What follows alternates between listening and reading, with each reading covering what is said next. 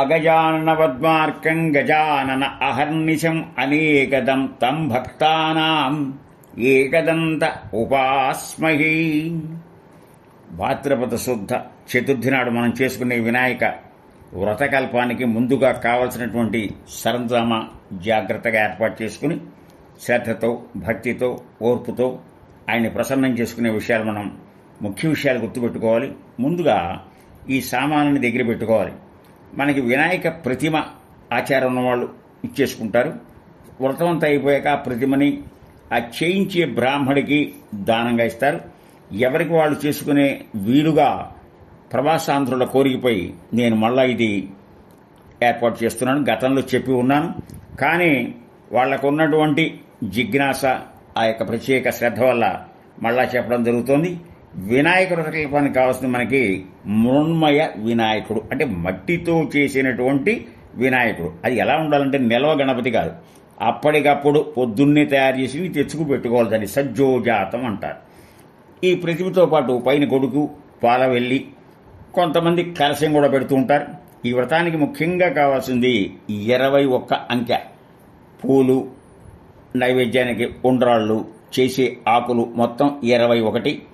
దీని వెనుక ఉన్నటువంటి సాంకేతిక అర్థం నేను ఆ స్థిరపతి గణపతిలో చెప్పాను. అందువల్ల అవి ఏర్పాటు చేసుకోవడం, పూజ కోసం మంచినీళ్ళు ఏర్పాటు చేసుకోవాలి. అవి 2 పాత్రలు, ఒకటి ఆచమనం చేసే పాత్ర, రెండో పాత్ర భగవంతుడు నివేదించేది. అందువల్ల 2 పంచపాత్రలు, 2 ఉద్ధరణలు, 1 గంట లేకపోతే 2 గ్లాసులు, 2 చెంచాలు కావాలి. దీపారాధనకి 2 కుందులు, ఒత్తులు, ఆవు నెయ్యి ప్రశస్తం. ఆయనకి ఇష్టమైన కొబ్బరి నూనె కూడా వాడవచ్చు.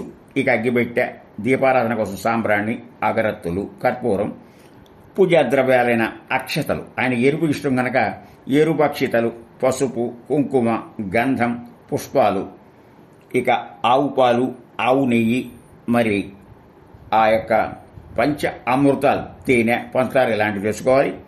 కలసంపై పెట్టడానికి 1 కొబ్బరికాయ, దానికి చుట్టేందుకు 1 రెవిగెల గుడ్డ, ఇక మామూలుగా కొబ్బరికాయలు, అరటిపళ్ళు, తమలపాకలు, ఒక్కలు, నిలవ దోషం లేని బెల్లం కూడా ఏర్పాటు చేసుకోవాలి నైవేద్యానికి.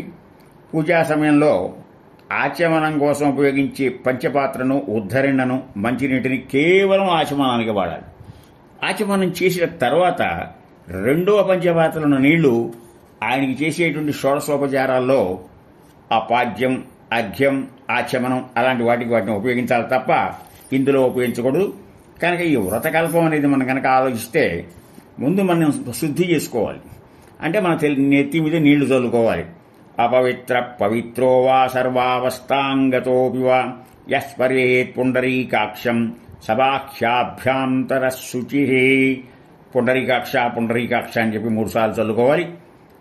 అందువల్ల లేకపోతే ఉద్ధరణతో నీళ్లు తీసుకుని మన అంగుష్టం అంటే ఈ బొటన వేలుతో నీళ్లు చల్లుకోవాలి. ఇక 24 ఆచమనాలు, తీర్థాలు ఉంటాయి. అందులో 24 నామాలని గుర్తుంచుకున్న వాళ్ళకి పర్వాలేదు. 3 సార్లు మాత్రం మొట్టమొదటి తీర్థం తీసుకోవాలి. ఏమిటవి? మగవాళ్ళైతే స్వాహ, ఆడవాళ్ళైతే నమః. కేశవాయ స్వాహ, నారాయణ స్వాహ, మాధవాయ స్వాహ, ఇది తీర్థం పుచ్చుకోవాలి. గోవిందాయ నమః అన్నప్పుడు ఎడమ అరచేతి మీద నీళ్లు చల్లుకోవాలి. విష్ణవే నమః, కుడి అరచేతి మీద ప్రక్షాళనం. ఇక మధుసూదనాయ నమః అంటే బొటన వేలితో ఎడమ నుండి పైకి పెదవిని తుడుచుకోవాలి. అన్ని శుభ్రం అవ్వాలి. శరీరంలో ఉన్న అంతర్భాగాలన్నీ శుద్ధి అవటానికి ఏర్పాటు జరిగింది. త్రివిక్రమాయ అంటే ఇందాక మధుసూదనాయ నమః అన్నప్పుడేమో పై పెదవి, త్రివిక్రమాయ నమః అన్నప్పుడు బొటన వేలితో ఎడమ నుంచి కుడి పెదవిని ఇచ్చేసుకోవాలి. వామనాయ నమః, శిరస్సు మీద నీళ్లు చల్లుకోవాలి. శ్రీధరాయ నమః, ఇది కూడా శిరస్సు మీదే చల్లుకోవాలి ఇంకోసారి నీరు. హృషీకేశాయ నమః, హృషీకేశాయ అంటే 2 పాదాల మీద జలం పురస్కరించుకోవాలి. ఇక్కడ సందర్భోజ్ఞంగా చెప్తున్నాను. ఈ భాద్రపద మాసమంతా హృషీకేశాయ నమః అనే నామం ఎన్నిసార్లు చేయగలిగితే అంత మంచిది. అది చేసుకో. హృషీకము అంటే ఇంద్రియాలను కూడా అర్థం ఉంటుంది. ఆ తర్వాత పద్మనాభాయ నమః, 2 పాదాలతో జలాన్ని ప్రోక్షించుకోవాలి. ఓం సంకర్షణాయ నమః, 10 వేళ్లు ముడవాలి. ముడిచి ఏం చేయాలి? నీళ్ళలో వచ్చేసి గడ్డం తాకాలి. తర్వాత వాసుదేవాయ నమః. చాలా నిదానంగా చెప్తున్నాను, అంతకైతే మొత్తం విని తర్వాత మళ్ళీ క్యాసెట్ పెట్టుకుని దాని ప్రకారం చేసుకోండి. ఈ వాసుదేవాయ నమః అన్నప్పుడు ఎడమ ముఖం తాకాలి. ప్రద్యుమ్నాయ నమః కుడి ముఖం తాకాలి. ఇక పురుషోత్తమాయ నమః అనిరుద్ధాయ నమఃలో మొదటి అనిరుద్ధాయ నమః అంటే ఎడమ కన్ను తాకాలి. పురుషోత్తమాయ నమః కుడి కన్ను తాకాలి. అధోక్షజాయ నమః ఎడమ చెవిని తాకాలి. నారసింహాయ నమః కుడి చెవిని మళ్ళా బొటన్ వేలుతో ఉంగరపు వేలతో తాకాలి. అచ్యుతాయ నమః నాభిని బొటన చిటిని వేలను తాకాలి. జనార్దనాయ నమః అరచేతిని హృదయానికి ఆనించాలి. ఉపేంద్రాయ నమః ఈ చేతి యొక్క చివర్లు శిరస్సును తాగించాలి. హరయే నమః ఎడమ భుజం తాకాలి. కృష్ణాయ నమః కుడి భుజాన్ని తాకాలి. శ్రీకృష్ణ పరబ్రహ్మణే నమః అంటే రెండు చేతులు ఎత్తి నమస్కారం చేయాలి. ఏమండి ఇన్ని విషయాలు ఎలా గుర్తుంటాయి? ఎడం కాలు కుడి చెయ్యి, కుడి కన్ను ఎడం కన్ను. సులభోపాయం ఏంటంటే మనం సరిగ్గా ఈ నీళ్ళని ఉద్ధరణ తీసుకుని నెత్తి మీద, తల మీద, కంటి మీద, వేళ్ల మీద చెక్క చెక్క చెక్క చల్లుకుంటూ ఈ 20 నామాలు చదువుకోవడం మీకు సమయము కలిసి వస్తుంది. ఇంత జాగ్రత్తగా చేయాల్సిన అవసరం లేదు. ఇప్పుడు దీపారాధన చేసే సమయం వచ్చింది. ఆ దీపారాధన చెప్పాను ఇందాక నేను. ఆవు నెయ్యితో కానీ లేకపోతే కొబ్బరి నూనె కూడా చాలా శ్రేష్టమైన ఇష్టమైంది. ఆ దీపారాధన చేసి దాన్ని కుంకుమ పెట్టి అక్షతలు పెట్టి నమస్కారం చేశాలి. అక్కడ ఏమిటి అంటే దీపస్త్వం బ్రహ్మ రూపోసి జ్యోతిషాం ప్రభురవ్య సౌభాగ్యం దేహి పుత్రాంశ సర్వాన్ కామాంచ దేహి మే. హరి ఓం. మహాగణాధిపతయే నమః. శ్రీ గురుభ్యో నమః. ఇప్పుడు ఘంటానాదం చేయాలి. ఘంటానాదం చేయట్లో ఉద్దేశం ఏంటంటే మనం ఏదైనా చేస్తున్నప్పుడు కొన్ని దుష్టశక్తులు మనకు అడ్డం పడతాయి. వాటిని పారదొరవడం కోసం ఇది పెట్టారు. అందువల్ల అర్థం కూడా చెప్పాల్సి వస్తుంది. ఆగమార్థంతు దైవానాం గమనార్థంతు రాక్షసాం కురు ఘంటారవం తత్ర దేవదాహ్వాన లాంఛనం. అదని పంపించేశాం. మరి భూమి మనం ఎదుర్కొంటూ ఉన్న భూమి అంతా శుద్ధి చేసుకోవాలి కదా. నీళ్లు తీసుకుని దాని మీద చల్లాలి. భూమి మీద ఉత్తిష్టంతు భూత పిశాచా ఏతే భూమి భారకా ఏతేషాం అవిరోధేన బ్రహ్మ కర్మ సమారభే. ఇప్పుడేం చేయాలంటే ఈ మంత్రం చదివి పసుపు నీళ్ళు తల్లి కొన్ని అక్షంతలు తీసుకుని ఎడం భుజం నుంచి కిందకి వెయ్యాలి. అది ఒకవేళ భార్యతో కలిసి ఇక్కడ కూర్చుంటే భార్య ఎడమ చేతి వైపు నుంచి వెయ్యాలి. ప్రతి విషయంలోనూ అంత శ్రద్ధ మనం చూపించాలి. ఇక ప్రాణాయామం ఏంటంటే ఆ ముక్కు యొక్క కొనలు రెండు పట్టుకుని ఈ మంత్రం చదువుకోండి. ఇది ఇక్కడ గురుముఖత రావాల్సినటువంటి న్యాసాలు ఇవన్నీ. ఎన్ని మాత్రలు తెయ్యాలి ఇవన్నీ ఆ సబ్జెక్ట్ ఇప్పుడు మనకొద్దు.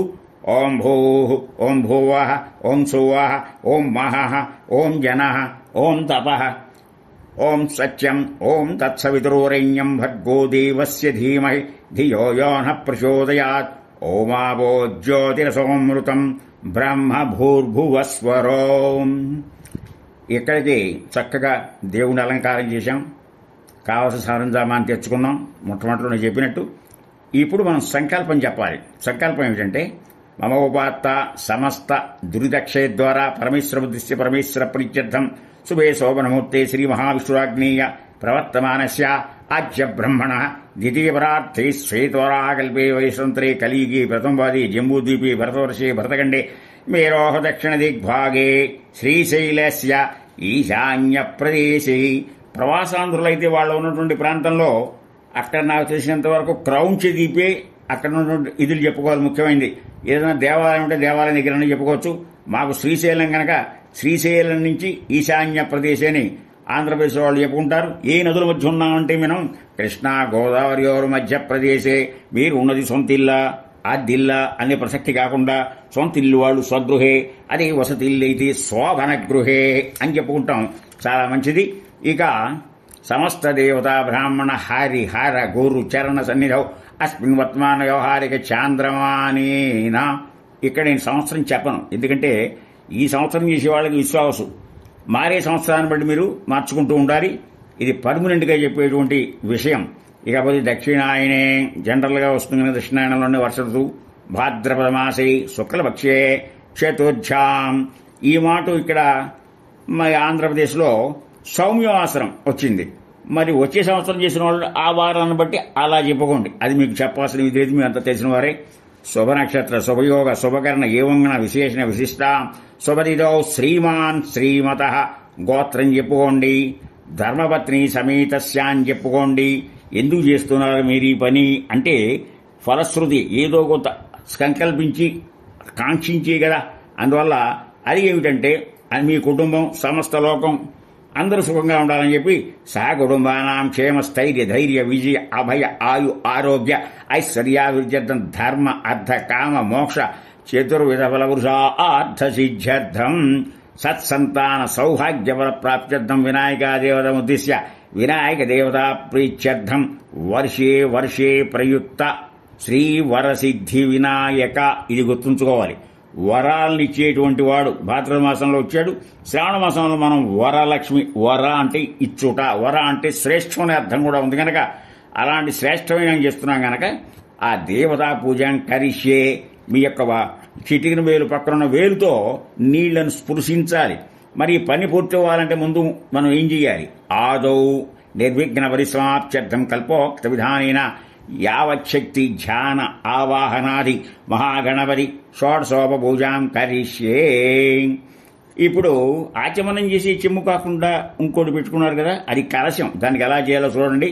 దానికి మనం ఆచమనం చేసి గ్లాస్ వేరు, అది వేరు కనుక దాంట్లో కొంచెం తమలపాకు అక్షింతలు పువ్వులు వేసి దాని చుట్టూ కుంకుమ గంధం పెట్టి ఇలా చెప్పాలి. కలశస్య ముఖే విష్ణు కంఠే రుద్ర సమాశ్రితా మూలే తత్ర స్థితో బ్రహ్మే మధ్యే మాతృగణా స్థితా కుక్షౌ తు సాగరా సర్వే సప్తద్వీపా వసుంధర అర్గ్వేదో యజుర్వేదో సామవేదో అథర్వణః అంగైశ్చ సహితా సర్వే కలశాంబు సమాశ్రితః. భారతదేశంలో ఉన్న వారికి గంగా యమున ఇక్కడే ఉన్నాయి. అక్కడ ప్రవాసాంతులుగా ఆ ప్రాంతంలో ఉన్నవాడు ఇక్కడి నుంచి గంగ తీసుకెళ్తే దాన్ని కొంచెం బొట్టు రెండు బొట్టు తీసి నీళ్ళలో చేసుకుని ఆయన చెప్పచ్చు. అవి ఎలా ఉంటాయంటే పవిత్రమైన నదులు భారతదేశంలో గంగే చ యమునే చైవ కృష్ణే గోదావరి సరస్వతి నర్మదే సింధు కావేరి జలేస్మిన్ సన్నిధం కురు. ఆ తమలపాకుతో నీళ్లు తిప్పాలి. ఆయాంతు దేవా పూజార్థమ దుర్దక్షేకార. ఆ కలశంలోంచి ఈ తమలపాకు తీసుకుని మనం చేసే పూజా ద్రవ్యాల మీద, దేవుడి మీద, చివరికి మన మీద కూడా చల్లుకోవాలి. కలశోదకేనా పూజా ద్రవ్యాన్ని సంప్రోక్ష్య దేవం సంప్రోక్ష్య ఆత్మానాంచ సంప్రోక్ష్య. ఇకపోతే ఈ నీళ్ళని భగవంతుడు చల్లారు కదా, తర్వాత ఈ కలశాన్ని పవిత్రంగా అలా పెట్టేసుకోవాలంతే. దీన్ని ఆచమనానికి వాడకూడదు. ఈ పని చేయడానికి కూడా మనం హరిత గణపతి పూజ చేయాలి. అది పసుపు విఘ్నేశ్వరుడు పూజ. చక్కగా తమలపాకులో ఒక పసుపు విఘ్నేశ్వరుడు తయారు చేసుకుని చుట్టూ బొట్లో పెట్టుకుని ఆ నివేదనకి బెల్లమో లేదా అరటిపళ్ళు రెడీగా చేసుకుని ఇప్పుడు ఈ మాట చెప్పాలి. ఆదౌ నిర్విఘ్నేన వ్రత పరిసమాప్త్యర్థం గణపతి పూజాంగరిష్యే. ఓం గణానాం త్వా గణపతిగం హవామహే కవిం కవీనాముపస్రవస్తమం జ్యేష్ఠరాజం బ్రహ్మణాం బ్రహ్మణస్పత అనశృణ్ణున్నీతివీత సాధనం. ఇప్పుడు గణపతికి చాలా పరివారం ఉంది. ఆయనకి ఆ పరివారం ఎవరనేది ఇప్పుడు ఎవరు నాకు అవసరం లేదు. మనం సాధారణంగా సిద్ధి బుద్ధి సహిత అని చెప్పుకుంటాం. అలాగే ఈ మహాగణాధిపతిం సాంగం సాయుధం సవాహనం సశక్తి పత్ని పుత్ర పరివార సమేతం. అప్పుడు ఆయనలో మనం చూడాలి. చూసినప్పుడు అస్మిన్ బింబే, ఆ యొక్క బింబంలోకి మనం ప్రాణ ప్రతిష్టాపన చేసి ఏం చేస్తున్నాం? ఆయన్ని ఆవాహన చేస్తున్నాం ఆ మృణ్మయ గణపతిలోనికి. ఇది చాలా ఇంపార్టెంట్. తవలపాకు నీళ్లలో తీసుకుని కలసపు నీళ్లలోంచి ఆ యొక్క వినాయకుని పైన పెట్టి ఈ మంత్రం చదవాలి. ఓం అసునీతే పునరస్మాసు చక్షు పునః ప్రాణమీహినో దేహి భోగం జోకృష్యేమ సూర్యముచ్చరంతమనుమతే మృళయాన స్వస్తి అమృతం వై ప్రాణ అమృతమాప ప్రాణానేవ యథాస్థానముపహ్వయతే అని తమలపాకు తీసి ఆయన మీద చక్కగా అక్షతలు వేయాలి. నాయనా ఎక్కడికి వెళ్లొద్దు, మా ఎదురుగా ఉండి మాకు ప్రసన్నుడు అని చెప్పే మంత్రం ఏంటంటే స్థిరోభవ వరదోభవ శుభగోభవ ప్రసన్నోభవ మయా అభిముఖోభవ. అభిముఖం నా ఎదురుకుండా స్థిరాసనం గురువు, ఆయన కూర్చోడానికి ఆసనం. అన్నింటికన్నా ముందర ఏమిటంటే మనం వినయపూర్వకంగా చేసే ధ్యానం. మన బుద్ధిని ఆయన మీద పెట్టి ఆయన పాదాల వద్ద ఇలా చెప్పాలి. వక్రతుండ మహాకాయ కోటి సూర్య సమప్రభా నిర్విఘ్నం గురు మే దేవా సర్వకార్యేషు సర్వదా. అక్షింతలు తీసుకుని ఈ ధ్యానానికి మహాగణాధిపతే నమః ధ్యాయామి అని వెయ్యండి. అలాగే మహాగణాధిపతయే నమః ఆవాహయామి, మళ్ళీ ఒక 3 అక్షతలు వేయండి. ఓ పూలో ఇవ్వ వేసి ఆసనం మెత్తగా ఉండాలి కదా, ఆసనం సమర్పయామి. 2 పాదాలు ఉంటాయి కనుక ఆయనకి ఉద్ధరణతో 2 సార్లు మీ పళ్ళెంలో వేసుకోండి. పాదయోహ వాద్యం 3 సార్లు వేయండి. హస్తయోహ అర్ఘ్యం 3 సార్లు మనం ఆచమనం చేస్తాం కదా కేశవ నారాయణ మాధవన్. అలాగే ఆయన కూడా ముఖే ఆచమనీయం సమర్పయామి. ఆ తర్వాత మహాగణాధిపతియే నమః ఔపచారిక స్నానం సమర్పయామి. అంటే ఈ పాలతో వాటితో పంచామృతాలు పైన అభిషేకిస్తూ చేసేది ఔపచారికం. మరి స్నానం చేయించాం, స్నానం చేయిన తర్వాత ఏం చేయాలి? ఆయన చక్కగా ఇచ్చేయాలి కదా, మళ్ళా తాగటానికి ఆచమనం ఇవ్వాలి. ఆచమనీయం సమర్పయామి. మహాగణాధిపతయే నమః వస్త్రయుగ్మం సమర్పయామి, కట్టుకోవడానికి బట్టలు. తర్వాత ఆయనకి యజ్ఞోపవీతం ఇవ్వాలి. ఆ యజ్ఞోపవీతం ఇచ్చినప్పుడు ఇవన్నీ ఎరుపు గుడ్డలు, ఎరుపు అగ్నోపవీతం ఇలాగే ఇవ్వాలి. అక్కడ ఒక మంత్రం ఉంది. సాధారణంగా సమర్పయామంటారంటే లోతుగా చెప్పరు. ఆ మంత్రం ఏంటి? యజ్ఞోపవీతం వరం పవిత్రం ప్రజాపతే సహజం పురస్తాత్ ఆయుష్యమగ్రం ప్రతిమం శుభ్రం యజ్ఞోపవీతం బలమస్తు తేజ. చక్కగా పరిమళంతో కూడినటువంటి సువాసన చల్లేటువంటి గంధాన్ని ఆయన మీద వేయండి. ఎంత శ్రద్ధ భక్తి. మహాగణాధిపతి అయిన దివ్యశ్రీ పరిమళ చందనం సమర్పయామి. కుంకుమ హరిద్రాచూర్ణ సహిత కుంకుమ విలేపనం సమర్పయామి. మహాగణాధిపతే నమః అక్షతై పూజయామి, పుష్పౌ పూజయామి. నేను స్థిరపతి గణపతి అని చెప్పిన దాంట్లో ఏకాక్షరాయ నమః అన్న దాని వెనక కథ ఏమిటంటే ఆయనే ప్రణవస్వరూపుడు ఓం. ఈ ఓం అనే అక్షరం అకార ఉకార మకారాలు కలిస్తే ఓంకారం ఏర్పడింది. ఓం అనే సంయుక్తాక్షరం ఏకాక్షరం గనక ఏకదంతం శూర్పకర్ణం గజవక్త్రం చతుర్భుజం పాశాంకుశధరం జాయేత్ సిద్ధి వినాయకం ఉత్తమం గణనాథస్య వ్రతం సంపత్కరం శుభం భక్తాభీష్టప్రదం తస్మాత్ ధ్యాయతే సిద్ధి విఘ్ననాయకం. ఇప్పుడు మనం ఉపయోగించే పూజా ద్రవ్యాలు అక్షంతలు ఉపయోగించవచ్చు, పూలు ఉపయోగించవచ్చు, గరిక ఉపయోగించవచ్చు.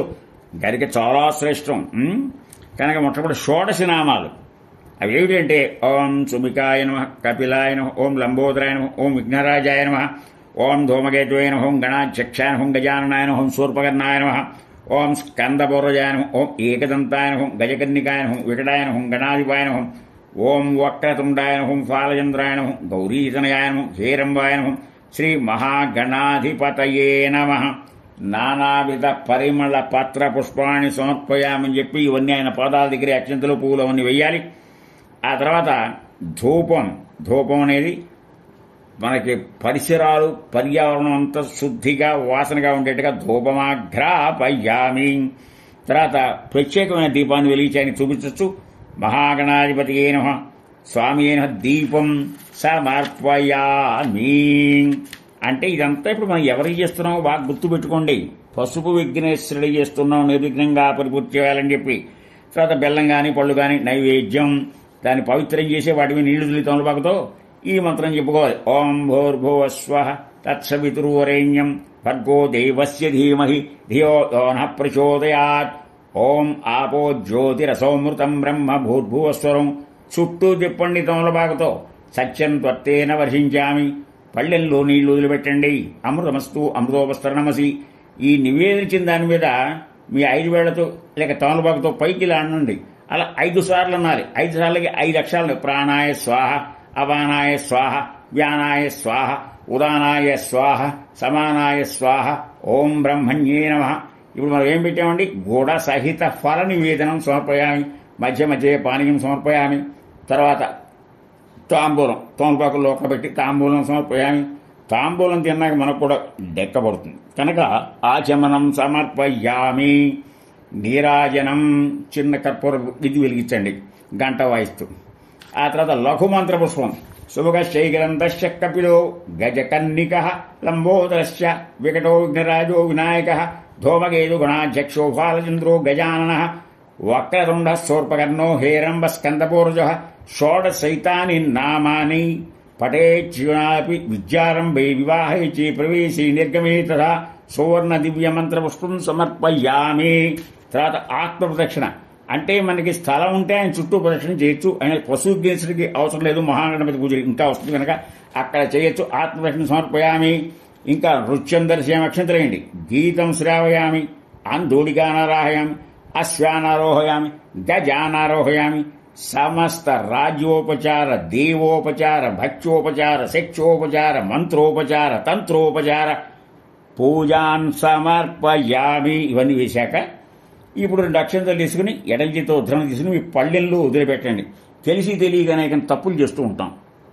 చదివే మంత్రంలో కానీ చేసే క్రియలో కానీ ఉండొచ్చు కనుక దానికి మంత్రం ఏంటంటే ఎస్ఎస్ మృత్యాయ నమోక్త్యాతప పూజా క్రియాదిషు న్యూనం సంపూర్ణతాం యాతి సజ్జో వందే గణాధిపాం మంత్రహీనం క్రియాహీనం మయా మంత్రహీనం క్రియాహీనం భక్తిహీనం గణాధిప యత్ పూజితం మయా దేవా పరిపూర్ణం తదస్తుతే అనయా ధ్యానావాహన షోడశోపచార పూజయా. ఇప్పుడు ఈ అక్షింతలో నీళ్లలో వదిలిపెట్టండి. వదిలిపెట్టేసి దండం పెట్టి ఇలా అనుకోండి. మహాగణాధిప సుప్రీతో సుప్రసన్నో వరదో భవతు అన్న తర్వాత ఈ పశుజ్ఞేశ్వరుని ఈశాన్యంలో వైపు జరపండి. జరిపేసిన మామూలు పూజలోకి ఇప్పుడు వస్తున్నాం. Short break. ఇక మృణ్మయ వినాయకుని పూజ, ఇది అసలు చాలా ప్రధానమైన అంశం. వరసిద్ధి వినాయక పూజ అన్న ఇది. వర అంటే శ్రేష్టం, మనకి సిద్ధి కలిగించేటువంటి మహావినాయకుడి పూజ. ఈ యొక్క మృణ్మయ గణపతిని మనం అన్ని అలంకారాలు చేసుకుని చుట్టూ మందిరంలో అన్ని ఏర్పాటు చేసుకున్నాక ఈయన కూడా మళ్ళీ మనం ప్రాణ ప్రతిష్టాపన చేయాలి. తమలపాకు మళ్ళీ ఈయన మీద మన కలశంలోంచి తీసి ఉంచి అసునీతే పునరస్మాసు చక్షు పునః ప్రాణమేహినో దేహి భోగం జో కృష్యేవ సూర్యముచ్చరంతమనుమతే మృణయాన స్వస్తి అమృతం వై ప్రాణ అమృతమావహ ప్రాణానేవ స్థాన ఉపహ్వయతే. మహాగణాధిపతయే నమః. స్థిరో భవ, వరదో భవ, సుముఖో భవ, ప్రసన్నో భవ, మమాభిముఖో భవ, స్థిరాసనం కురు. అక్షింతలు వేసి స్థిరంగా ఉండమని చెప్పి మళ్ళా ఇంతకటి మొదలుగండి ధ్యానం. ధ్యాయేద్గజాననం దేవం తప్తకాంచన సన్నిభం చతుర్భుజం మహాకాయం సర్వ ఆభరణభూషితం అని చదువుకుని వరసిద్ధి వినాయక స్వామినే నమః. అక్షతల పూలు ఆయన పాదాల దగ్గర ఉంచండి, అది ధ్యానం. ఆ తర్వాత ఆయన ఆహ్వానించి కూర్చోబెట్టాం కదా, ఆవాహం అంటే లోపలికి తీసుకొచ్చాం, మనం మందిరంలో ఉంచాం. అత్రాగచ్చ జగద్వంజ సురరాజార్చిదేశ్వర అనాథనాథ సర్వజ్ఞ గౌరీ గర్భ సముద్భవ జయ సిద్ధి వినాయక స్వామినే నమః. ఆవాహయామి. తర్వాత స్వాగతం సుస్వాగతం అంటాం. రండి ఈ లోపలికి రండి అని అంటామే, దానికి కూడా మన సంస్కృతంలో మంత్రం ఉంది. స్వాగతం తే దదామి దిశ తత్వ కాంచన సన్నిభం చతుర్భుజ మహాకాయ సర్వాభరణభూషిత వరసిద్ధి వినాయక స్వామినే నమః. స్వాగత నమస్కారాన్ సమర్పయామి. వారు లోపలికి వచ్చారు, ఆసనం చూపించారు. మనం రత్నాభరణాలతో ఉన్నటువంటి ఆసనాన్ని సమర్పిస్తున్న భావనలో మనం ఉండాలి. విచిత్రరత్న ఖచితం దివ్యాభరణ సంయుతం స్వర్ణ సింహాసనం దేవం గృహాణ సురపూజిత. ఈ రోజుల్లో కూడా మంచి భక్తి శ్రద్ధలతో ఇవన్నీ ఏర్పాటు చేస్తున్నారు కనుక జయసిద్ధి వినాయక స్వామినే నమః. ఆసనం సమర్పయామి. ఆ వచ్చిన కాళ్ళలో నీళ్లు, పాదాలు 2 ఉంటాయి కనుక 2 సార్లు ఉద్ధరణితో నీళ్లు చూపించి మీ యొక్క పళ్ళెంలో ఉంచుకోండి. గజవక్త్ర నమస్తేస్తు సర్వాభీష్టప్రదాయక భక్తాభాజ్యం మయా దత్త గృహాణ ద్విరదాన వరసిద్ధి వినాయక స్వామిని పాదయోహ భాజ్యం. అలాగే అర్ఘ్యం 3 సార్లు. గౌరీపుత్ర నమస్తేస్తు శంకర ప్రియనందన గృహాణార్ఘ్యం మయా దత్తం గంధం పుష్పాక్షధైర్యుతం జయసిద్ధి వినాయక స్వామిని హస్తయోహ అర్ఘ్యం 3 సార్లు. ఆచమనం కూడా 3 సార్లు. అనాథనాథ సర్వజ్ఞ గీర్వాణ వరపూజిత గృహాణాచమనం దేవ తుభ్యం దత్తం మయా ప్రభో వరసిద్ధి వినాయక స్వామినే నమః. ఆచమనం సమర్పయామి. మధుపర్కం. మధు అంటే ఏమిటి? తేనె. ఈ తేనెతో కూడినటువంటి పాలు, పంత, ఈ ఆవు పాలు ఇవన్నీ కలిపిన దాన్ని దధి పెరుగు క్షీర సమాయుక్తం మధ్వాజ్యేన సమన్వితం మధుపర్కం గృహాణీరం గజవక్త్ర నమోస్తుతే ఉద్ధరణతో తీసుకుని ఆయన యొక్క పెదవులకి ఆనించినట్టుగా ఆనించి మళ్ళా ఆ పాలు ఉన్న పాత్రలోనే వేసేయండి. ఆ రకంగా మధువక్క సమర్పణ అయిన దరిమిల ఇప్పుడు పంచామృత స్నానం. పంచామృతాల్లో ఏమేమి ఉంటాయి? పయో దధి ఘృత, పాలు, పెరుగు, నెయ్యి, మరి శర్కర, తేనె ఇవన్నీ తీసుకుని మామూలుగా అయితే వేద మంత్రాలతో మనం దేని దానికి విడిగా చేస్తాం. కానీ ఇక్కడ సమయానుకూలాన్ని బట్టి పయోదధి ఘృతోపేతం శర్కరా మధుసంయుతం పంచామృత స్నానమిదం గృహ్యత గణనాయక వరసిద్ధి వినాయక స్వామినే నమః పంచామృత స్నానం సమర్పయామి. ఇక్కడికి స్నానాలు అయిన తర్వాత మామూలు శుద్ధ జలం, దాని శుద్ధోదక స్నానం అన్నారు. గంగాది సర్వతీర్థేభ్య ఆహృతై రమలై జలై స్నానం కురుష్వ భగవాన్ ఉమాపుత్రా నమోస్తుతే జయసిద్ధి వినాయక స్వామినే నమః శుద్ధోదక స్నానం సమర్పయామి. ఆ తర్వాత మామూలు వస్త్రాలు ఇవ్వాలి. ఇక్కడ వస్త్రాలకు ఏం చేస్తున్నారంటే మామూలుగా పూజల్లో మనం పత్తితో చేసినటువంటి తడిపినట్టు ఈ యొక్క కుంకుమతో కలిపి ఒక పెద్ద దండగా చేస్తారు. అది యజ్ఞోపవీతం. ఒక చిన్న బీడలాగా చేస్తారు. దాన్ని మనం ఇళ్లలో వేరుగా పెట్టి దాచుకుంటారు. ప్రతిరోజు కూడా ఇలా సమర్పించే వాళ్ళు ఉన్నారు.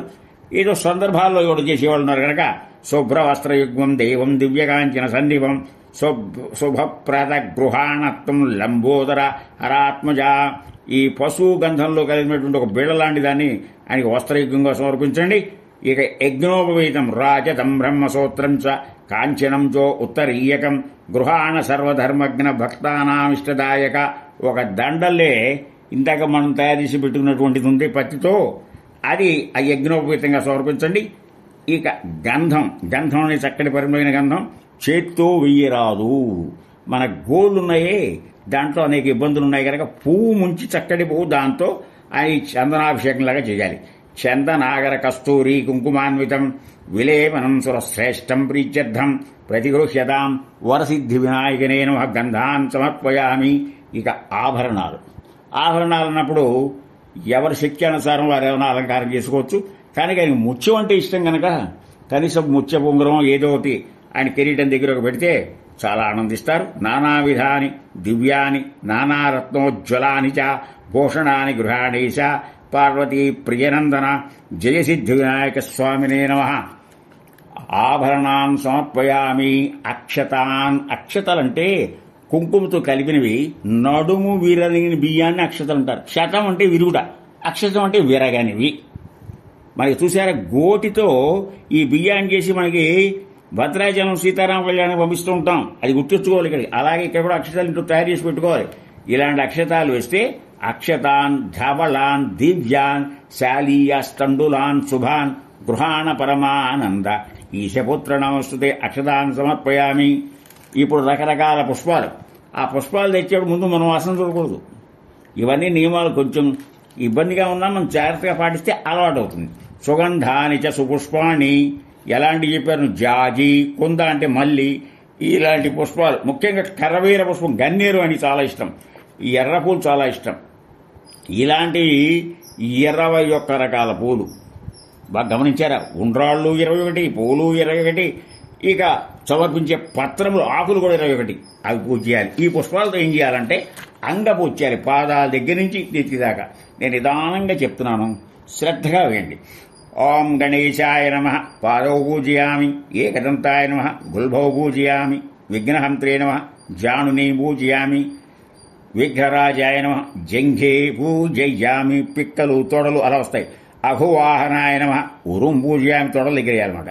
పాశహస్తాయ నమః హస్తౌ చేతుల్లో, హేరంబాయ నమః కటిం పూజయామి, లంబోదరాయ నమః ఉదరం పూజయామి, గణనాథాయ నమః నాభిం పూజయామి, బొడ్డు దగ్గరమ్మ, గణనాయకాయ నమః హృదయం పూజయామి, స్థూలకంఠాయ నమః కంఠం పూజయామి, స్కందాగ్రజాయ నమః స్కందౌ పూజయామి. స్కందం అంటే మనకి ఈ చేతుల దగ్గర చంకల దగ్గర. స్కందుడు అంటే శుభ్రం, ఆయన అగ్రజం ఈయన అన్న. అది గజవక్త్రాయ నమః వక్త్రం పూజయామి తొండం మీద, వటవే నమః నేత్రం పూజయామి, సోర్పకర్ణాయ నమః చెవుల దగ్గర కర్ణౌ పూజయామి, పాలచంద్రాయ నమః లలాటం పూజయామి, సర్వేశ్వరాయ నమః శిర పూజయామి. అన్ని అంగాలకి ఒకసారి నమస్కారం చేసుకుని విఘ్నరాజాయ నమః సర్వాణ్యంగాని పూజయామి. ఇప్పుడు మనం 21 పత్రాలతో పూజ చేయాలి. నిదానంగా చూసుకోండి. మొట్టమొదటి ఇవన్నీ మనకి ఏర్పడినాయంటే ఆ ఏ ఆకులు వేటి వాటి వహించుకుని చక్కగా ఏ రకమైనటువంటి ఆ చీళ్లు కానీ లేకపోతే క్రిములు కూడా లేకుండా శుద్ధంగా పెట్టుకోవాలి. అదే శ్రద్ధ. అవి ఏమిటంటే మాచీపత్రం, నల్ల మునగాకు, మారేడు, గరిక, ఉమ్మెత్త, రేయాకు, ఉత్తరేణి, తులసి దళం, మామిడి, గన్నేరు, విష్ణుక్రాంతం, దానిమ్మ, దేవదారు, మరువం, వావిలి ఆకు, జాజి ఆకు, గండకి ఆకు, జమ్మి ఆకు, రావి ఆకు, మద్ది ఆకు, జిల్లేడు, ఇవి 21. దీని సాంకేతార్థాలు నేను చెప్పిన దాంట్లో చెప్పాను. కనుక ఈ మంత్రాలు చదువుతూ మనం ఈ ఒక్కొక్క పత్రం చెప్పే కనుక సుముఖాయ నమః మాచీపత్రం పూజయామి, గణాధిపతయే నమః బృహదీపత్రం నల్లమునగాకు, ఉమాపుత్రాయ నమః బెల్వపత్రం పూజయామి మారేడు, గజాననాయ నమః దుర్వాయుగ్మం గరిక, హరసో నవే నమః దత్తూరపత్రం పూజయామి ఉమ్మెత్త, లంబోదరాయ నమః బదరీపత్రం పూజయామి రేగి ఆకు, గుహాగ్రజాయ నమః అపామార్గం పత్రం పూజయామి ఉత్తరేణి, గజకర్ణాయ నమః తులసీపత్రం పూజయామి. తులసి ఈ యొక్క గరిక మనకి బాగా దొరుకుతాయి, అలా జాగ్రత్తగా పెట్టుకోవాలి. దుర్వాయుగ్మంతో ప్రత్యేక పూజ కూడా ఉంది. మళ్ళా ఏకదంతాయ నమః క్షోతపత్రం మామిడాకు, వికటాయ నమః కరవీరపత్రం గన్నేరు, భిన్నదంతాయ నమః విష్ణుక్రాంతపత్రం పూజయామి.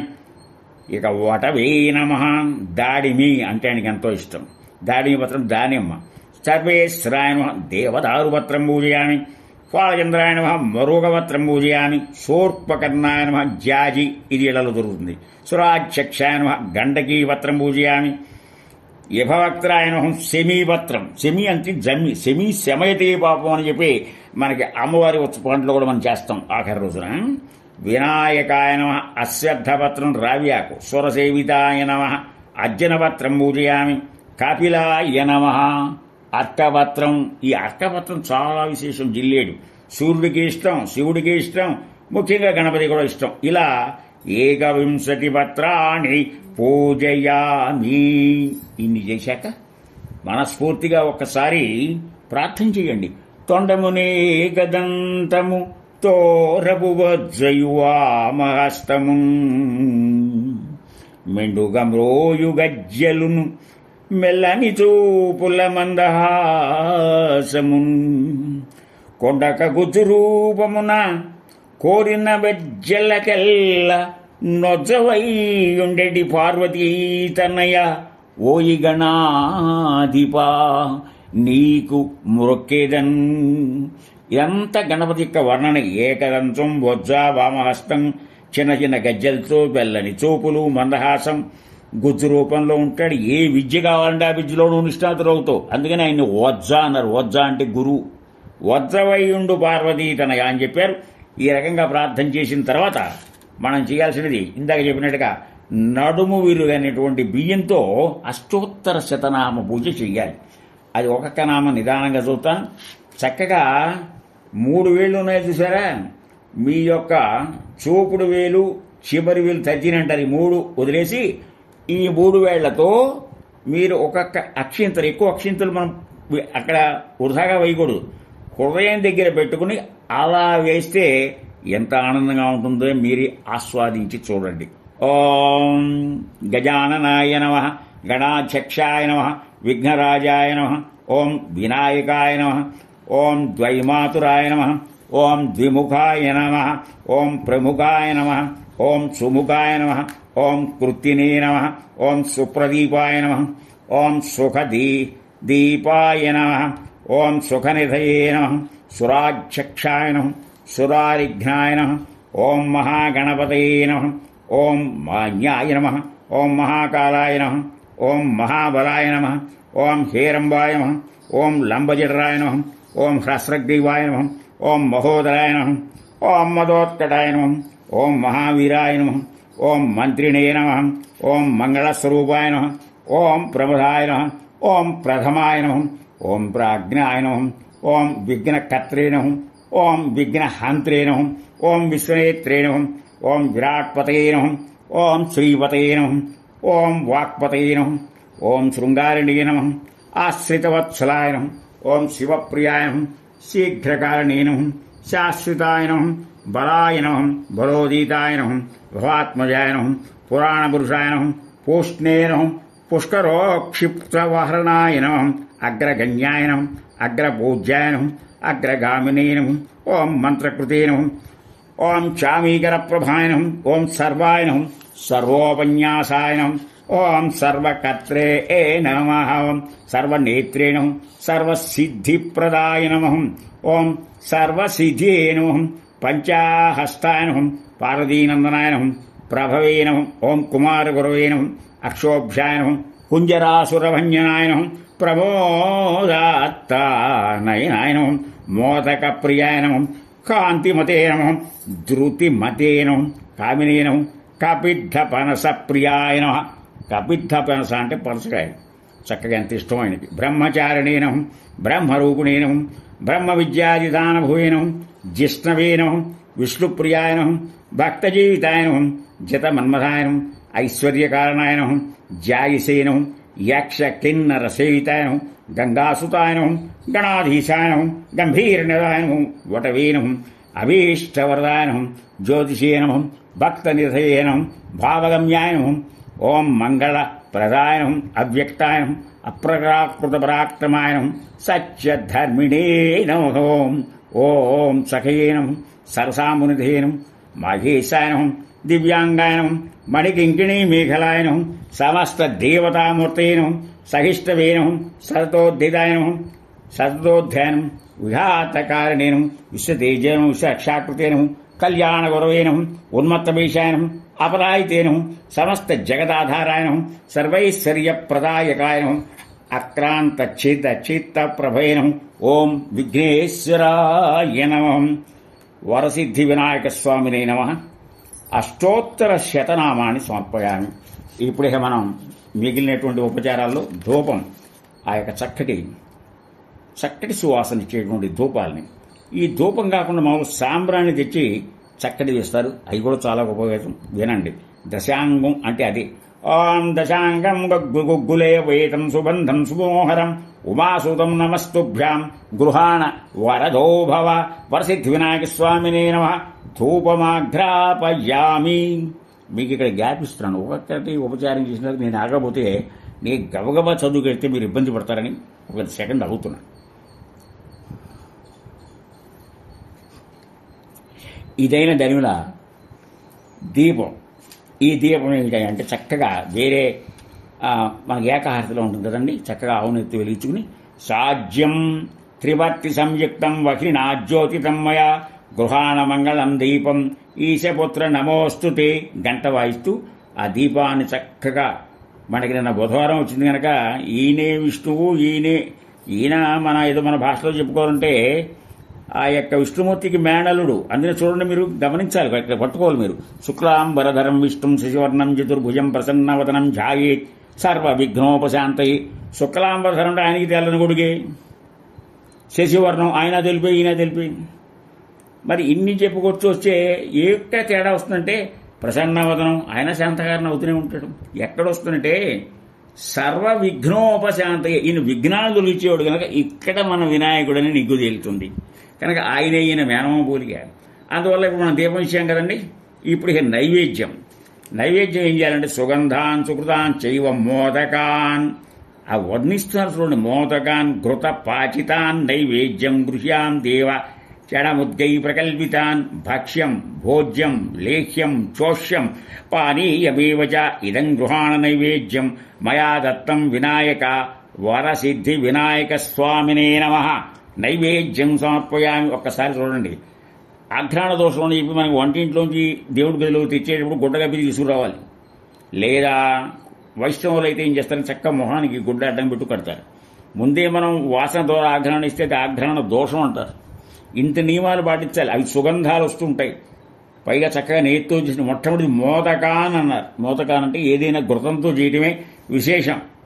ఆ నైవేద్యంలో రకాలు ఎలా ఉంటాయంటే భక్ష్యాలు ఉంటాయి, భోజనాలు ఉంటాయి, అంటే నోటితో చప్పరించేవి, మింగేవి, ఈ పరమాన్నం అలాంటివి, ఇన్ని రకరకాలుగా. అందుకనే మనకి చాతుర్ అంటే ఈ 4 రకాలవి చేసుకుంటూ ఇంకా ఫలాలు, మరి దానిమ్మకాయలు తెచ్చుకుంటాం కదండి, పళ్ళు, పానకం, పెసరపప్పు, ఇవన్నీ కూడా అవసర నైవేద్యం అని చెప్తాం. కానీ ఇక్కడ తేడాకు వచ్చింది కనుక ఇవన్నీ కలిపి చక్కగా చెప్పేసేయండి. కనుక వరసిద్ధి వినాయక స్వామినే నమః వాళ్ళ మరి ఆ గుడోదక సహిత సర్వభక్ష్యాన్ని నివేదయామి నివేదనమైంది. ఒక్క నిమిషం.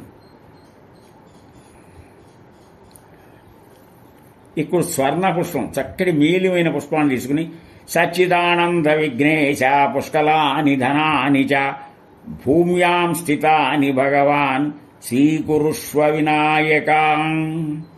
ఆ వరసిద్ధ వినాయక స్వామికి స్వర్ణ పుష్పం ఇస్తున్నా అంటే పశుపచ్చ రంగులో ఉన్న పువ్వు అంటే సంపెంగ పూజకి అర్హత కాదు, కానీ మరి ఏదో ఆలోచించుకివ్వండి.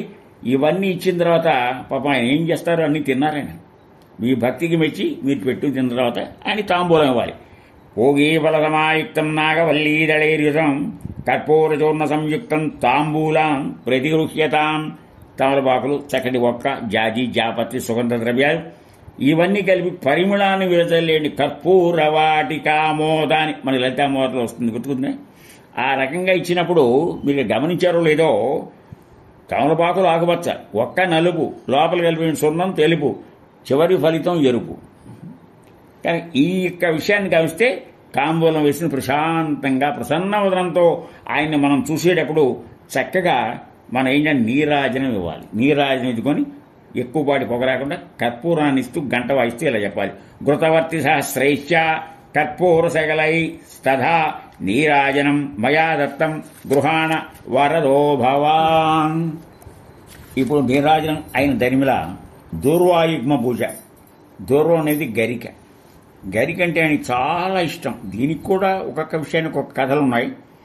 ఏ కథలున్నా ప్రత్యేకమైన పూజ దూర్వాయుగ్మ పూజ. ఇది పొగలు చేస్తారు, సాయంత్రం కూడా పునఃపూజలో కూడా దూర్వాయుగ్మ పూజ యొక్క ఆ ప్రత్యేకత ఉంది. ఓం గణాధిపాయ నమః దూర్వా యుగ్మం పూజయామి అంటే గరిక ఒకటి. గరికల యొక్క యుగ్మం అంటే జంట. అలాంటిది మనం జాగ్రత్తగా చేసుకోవాలన్నమాట. ఉమాపుత్రాయ నమః దూర్వాయుగ్మం పూజయామి. అఖువాహనాయ నమః దూర్వాయుగ్మం పూజయామి. వినాయకాయ నమః దూర్వాయుగ్మం పూజయామి. ఈశపుత్రాయ నమః దూర్వాయుగ్మం పూజయామి. ఏకదంతాయ నమః దూర్వాయుగ్మం పూజయామి. యభవక్త్రాయ నమః దూర్వాయుగ్మం పూజయామి. మూషిక వాహనాయ నమః దూర్వాయుగ్మం పూజయామి. కుమారగురవే నమః దూర్వాయుగ్మం పూజయామి. ఇప్పుడు ఈ పూజలో నైవేద్యం ఇవన్నీ అయిన తర్వాత మనం మంత్రపుష్పం చెప్పబోయే ముందు పునఃపూజ అని మన దగ్గర ఉన్నటువంటి పూలల్లో శ్రేష్టమైన పూలు ఇప్పుడు చామంతి, మందార, జాజి, విరజాజి, సన్నజాజి, గులాబీ ఇంకా ఏ రకం ఉన్నాయో అవన్నీ చక్కగా ఆయన పునఃపూజలో మనం సమర్పణ చేసేటువంటి విధానం కూడా ఉంది. దాన్ని చేసుకున్న తర్వాత ఇప్పుడు నిలబడి భక్తి శ్రద్ధలతో అక్షతలు తీసుకుని కొన్ని పూలు తీసుకుని ఆయన ఎదురున్న ఉంచుకుని మంత్రపుష్పం చెప్పాలి. మంత్రపుష్పాల్లో కూడా సమయాన్ని బట్టి ఎక్కువగా అలవాటు చేసుకున్నది పెద్ద మంత్రపుష్పం కాకుండా లఘు మంత్రపుష్పం ఉంటుంది. అది భక్తి శ్రద్ధలతో సమర్పించవచ్చు. గణాధిపా నమస్తే స్తోమా పుత్ర గజానన వినాయకే ఈశతనయా సర్వసిద్ధిప్రదాయక ఏకదంతైక వదన తథా మూషికవాహన కుమారగురవే తుభ్యం సమర్పయామి సుమాంజలిం అని చెప్తూ మనకి మంత్రపుష్పంలో ధాత పురస్తాజ్యముదాయహార అందులో కొంచెం ఉంది శేషభాగం. రాజాయ ప్రసహ్య సాహిని నమో వైం వైశ్రవణాయ కుర్మహే సమీ కామన్ కామ కామాయ మహ్యం కామేశ్వరో వైశ్రవణో దదాతు కుబేరాయ వైశ్రవణాయ మహారాజాయ నమ. ఓం దద్బ్రహ్మ ఓం దత్యం దత్సవితు విష్ణుం అని ఈ రకంగా చెప్పుకొని అప్పుడు మంత్రపుష్పం సమర్పయామి అని సమర్పించాలి. ఇక మిగిలింది ప్రదక్షిణం. మనకి కేంద్రంలో కనుక ఈ యొక్క మందిరం ఏర్పాటు చుట్టూ ప్రదక్షిణం చేస్తే చాలా మంచిది. ఇంకోటి కూడా ఉంది, మొట్టికాయలు వేసుకోవడం కూడా కథ ఉంది. మొట్టికాయలు వేసుకోవడం కూడా ఆచారం ఉంది, అది కూడా చేయొచ్చు. ప్రదక్షిణం గరిష్యామి సతతం మోదక ప్రియా నమస్తే విఘ్నరాజాయ నమస్తే విఘ్ననాశన ప్రమథగణ దేవీశ ప్రసిద్ధే గణనాయక ప్రదక్షిణం కరోమి త్వా ఈశపుత్ర నమోస్తుతే యాని కాని చ పాపాని జన్మాంతర కృతాని చ తాని తాని ప్రణశ్యంతి ప్రదక్షిణ పదే పదే ప్రదక్షిణ. ఆయన చుట్టూ ప్రదక్షిణం చేసేటప్పుడు జన్మజన్మాంతరంలో చేసే పాపాలు కూడా తొలగాలని ఆశిస్తూ మనం చెప్తున్నాం. అది సమర్పించిన తర్వాత ప్రదక్షిణ కూర్చుని పునరర్ఘ్యం మళ్ళా నీళ్లు వదలాలి. అర్ఘ్యం నీళ్లు వదిలేటప్పుడు 3 సార్లు వదలాలి. అర్ఘ్యం గృహాణ హీరం వా సర్వభద్ర ప్రదాయక గంధ పుష్పాక్తేర్యుక్తం పాత్రస్థం పాపనాశన పునరర్ఘ్యం సమర్పయామి. ఇప్పుడు ప్రశాంతంగా పూజ పూర్తయింది. ఇక ఒక్కసారి ఆయనకి ప్రార్థన చేసి రాజోపచారాలు అంటే అంత అయిన తర్వాత ప్రదక్షిణ కూడా అయిన తర్వాత ఇవి చెయ్యాలి. ముందర ప్రార్థన ఏంటంటే నమస్తుభ్యం గణేశాయ నమస్తే విఘ్ననాశిన ఈప్సితం మే వరం దేహి పరత్రజపరాంగతిం వినాయక నమస్తుభ్యం సతతం మోదక ప్రియ నిర్విఘ్నం గురు మే దేవ సర్వకార్యేషు సర్వదా. మనం ఏ పని తలపెట్టినా ఎటువంటి ఆటంకాలు లేకుండా చెయ్యాలంటే ఎవరి పూజ చేయాలనే కదా మొట్టమొదటి. అందువల్లే ఏదైనా వరసిద్ధి వినాయకుడు ఇంకోటంటే విఘ్నకర్త విఘ్నహంత్రి అంటే మంచి వాటికేమో చక్కగా జరిపిస్తాడు. మనం ఏదన్నా పొరపాటు చేసి అది సంకల్పం చేస్తే దానికి కూడా ఏముండదు, దానికి ఎలా ఆటంకాలు కలిగించాలో వాళ్ళు కలిగిస్తాడు. రెండూ ఉన్నాయి ఆయన దగ్గర. అలాంటి ఆయనని మనం నమస్కారం చేసిన తర్వాత ఇక ఆత్మప్రశ్న కూడా అయిన తర్వాత రాజోపచారాలు అంటే కూర్చున్న తర్వాత మామూలుగా అయితే మనం వింజామరతో వేయటం, చామరం వేయటం, కొంచెం సాంస్కృతిక కార్యక్రమాలు ఎలా ఉంటాయంటే దానికి కూడా ఒక కక్షితం ఏంటి. క్షత్రం ధారయామి, చామరం విజయామి, నృత్యం దర్శయామి, గీతం శ్రామయామి, అద్దం చూపించడం, దర్పణం దర్శయామి, ఆందోళికం ఆరోహయామి, అశ్వానారోహయామి, గజానారోహయామి, రథానారోహయామి. ఇవన్నీ సంకల్పాలే. అవన్నీ కూడా శ్రద్ధగా ఇచ్చినట్టు మహనీయులు ఎంతో శ్రీమంతులు అది పెట్టి పుట్టాలి.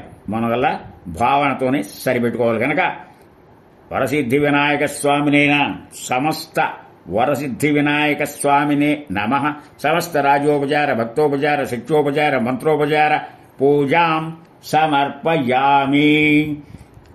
ఇప్పుడు మనం చేసే వాటిలో తప్పులు ఉంటాయి కనుక క్షమించమని చెప్పేటువంటి ఈ ఆఖరి మంత్రంలో ఇలా ఉంటుంది. ఆ మంత్రం ఎస్ స్మృత్యాచనమోక్త్యాతవ పూజా క్రియాదిషు న్యూనం సంపూర్ణతాం యాతి సజ్జో వందే వినాయకం మంత్రహీనం క్రియాహీనం భక్తిహీనం వినాయక యత్పూజితం మయా దేవ పరిపూర్ణం తదస్తుతే.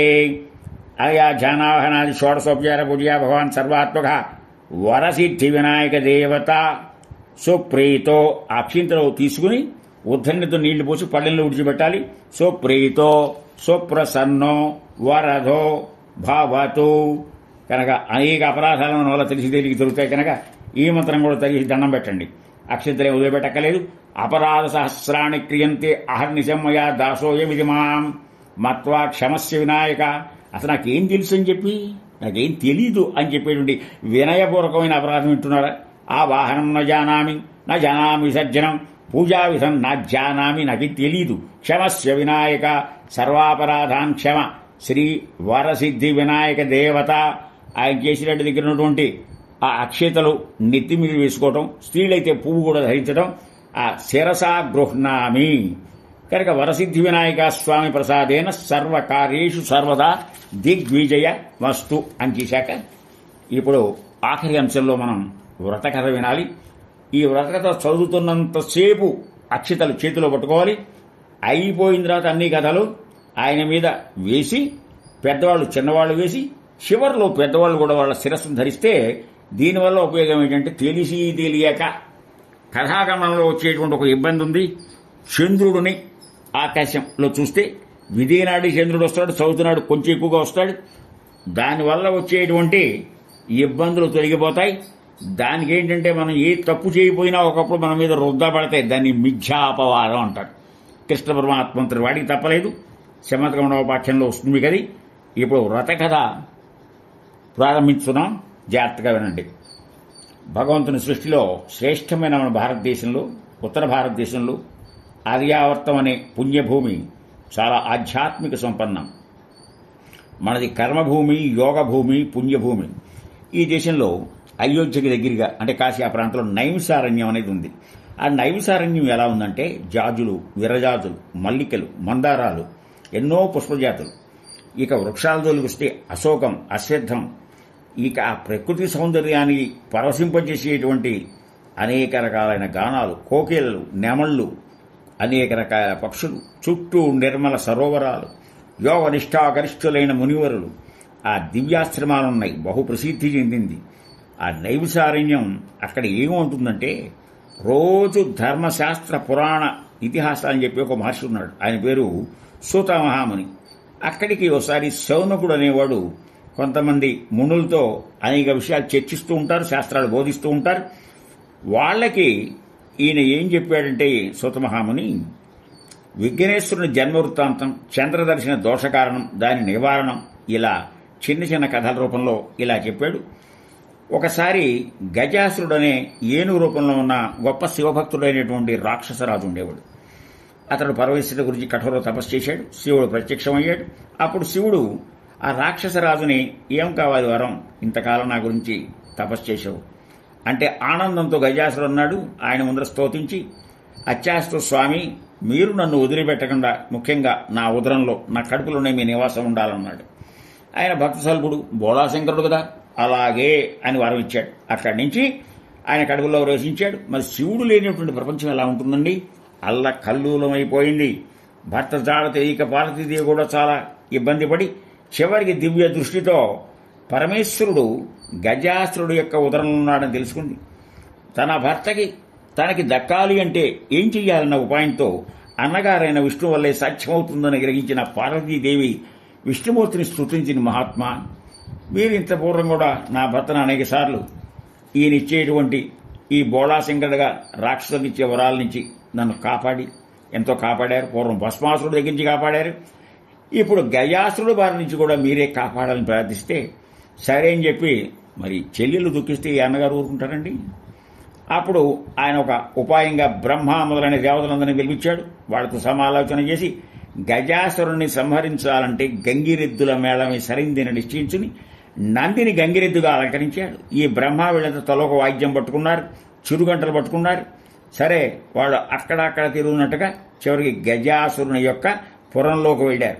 హరి ఏం చేశాడంటే నంది దేవతలతో కలిసి నృత్యగణాలు కూడా ప్రదర్శిస్తున్నాడు. ఆయనకు అలవాటే కదా మోహిని అవతారంలో. ఇంకా గజాసురుడు వారిని పిలిపించి తన ఎదుట ప్రదర్శనగా ఆజ్ఞాపించాడు.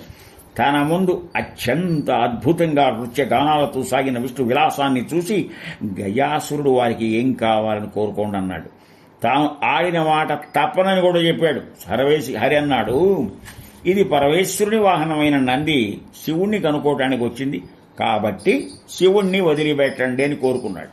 అప్పుడు శ్రీహరి తనను సంహరించడానికే వచ్చాడని నిశ్చయించుకున్న గజాసురుడు కడుపులో ఉన్న శివుణ్ణి ఇలా ప్రార్థించాడు, మహానుభావ, నా శిరస్సు త్రిలోక పూజ్యం చేసి నా చర్మాన్ని మీరు ధరించండి. అందుకనే శివుడి కష్టోత్తరాలు గజవక్త్రాయ నమః అర్థం ఆలోచించారా? అలాగే అంగీకారం తెలియజేశాడు. అప్పుడు నందిని ప్రేరేపిస్తే నంది తన కొమ్ములతో గజాసురుని సంహరిస్తే పరమేశ్వరుడు గజాసురుడు నుంచి బయటికి రాగానే, ఏమయ్యా, గతంలో కూడా ఇలాంటి ఇబ్బందులు కొని తెచ్చుకున్నావు, దుర్మార్గులైన దుష్టాస్తులకు ఇటువంటి వరాలు ఇయ్యకూడదు కదా అన్నాడు అని హితబోధ చేశారు. అంతటా ఎవరు దౌన హరి వైకుంఠానికి బ్రహ్మలోకానికి వెళ్ళారు. దేవతలు ఎవరి నివాసాలకు వెళ్ళారు. చాలా కాలం అయింది గనక త్వరగా కలుసుకోవాలి, పార్వతీదేవిని తన భార్యని కలుసుకోవాలి, కైలాసాన్ని బయలుదేరాడు.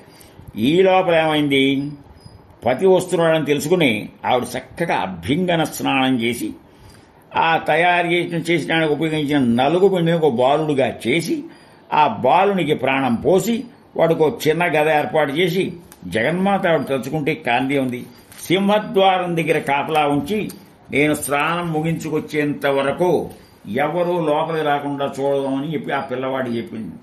ఇలా అప్పుడు సర్వాభరణాలు ధరించింది, అలంకారాలు పూర్తి చేసింది. భర్త కోసం నిరీక్షిస్తోంది పాపం, ఎప్పుడా అని. అంతలో శివుడు నందిని ఆరోధించి లోపలికి పోతుంటే సింహం ద్వారం దగ్గరున్న బాలుడు లోపలికి వెళ్ళడానికి వీల్లేదని శివుని అడ్డగిస్తే కోపగించిన పరమేశ్వరుడు ఆవేశంలో త్రిశూలంతో ఆ బాలుని శిరచ్ఛేదం చేశాడు. ఈ విషయం ఎప్పటి తెలిసిందంటే ముద్దు ముచ్చట్లు చాపబట్టాక ఆ యొక్క ద్వారం దగ్గరున్న బాలుడు ప్రస్తావన రాగానే పార్వతి పరమేశ్వరుడు చేసినటువంటి విషయాన్ని గ్రహించి ఎంతగానో బాధపడింది. ఆయన పశ్చాత్తాపడ్డాడు. అంతకుముందు గజాసురుని సంహరించి ఆ గజ శిరస్సుని లోకాలన్నింటికీ ఒక పేరు తెచ్చేటివాడిగా దానికి చేయమని అతికించమని చెప్తే ఆ బాలుణ్ణి అతికించాడు. ఈ తెగినటువంటి శిరస్సుకి ఆ యొక్క గజాసురుణ్ణి శిరస్సు పెట్టి, మనకి ఇప్పుడు భాషలో అయితే ప్లాస్టిక్ సర్జరీ అంటారు, నామకరణం చేశాడు. ఏమనంటే గజాననుడు. ఆననం అంటే ముఖం. గజానుడు నామకరణం చేశారు. అప్పటి నుంచి గజానుడిని తల్లిదండ్రులు చాలా ప్రేమగా అల్లారు ముద్దుగా చూసుకున్నారు. ఈయన తెక్కి తిరగటానికి అనింజుడు, ఎలాంటి నింద లేని ఈ ఎలుక ఒకటి వాహనంగా ఏర్పడింది. మోషికం అంటే ముష్ అంటే వాసన, ముష్ అంటే దొంగ, వాసనని బట్టి చేసేదే ఎలిక. అలాంటి ఎలుకని కలిగాడు. చాలా కాలం తర్వాత మళ్ళా వసంతం వచ్చింది. మళ్ళా వాళ్ళకు పార్వతీ పరమేశ్వరులకి కుమారస్వామి జన్మించాడు. ఆయన ఏమిటంటే మహాబలవంతుడు. సాధారణంగా ద్వితీయం అద్వితీయం అని రెండవ పుట్టిన వాళ్ళు చాలా తెలివిగా ఉంటారు. అందువల్ల దేవతలందరికీ సేనానాయకుడుగా ఉంటూ నెమల్ని తన వాహనం చేసుకున్నాడు. ఇది ఎలా ఉండగా ఒకరోజు ఏమైందంటే ఆది దంపతులు పార్వతీ పరమేశ్వరుల్ని, అందరూ దిక్పాలకుల్ని, దేవతలు, మునులు, మానవులు వాళ్ళందరూ వచ్చన్నారు, మీ ఏ పని మొదలెట్టినా ఇబ్బంది లేకుండా పరిపూర్తి ఇవ్వాలంటే ఒక విఘ్నాధిపత్యం ఉండాలి గనక ఎవరినైనా నియమించండి అనగానే ఆ మాట అన్నాడో లేడో గజానుడు అన్నాడు, నేను పెద్దవాడిగా అన్నా నీకు నాకిమ్మన్నాడు ఆయన.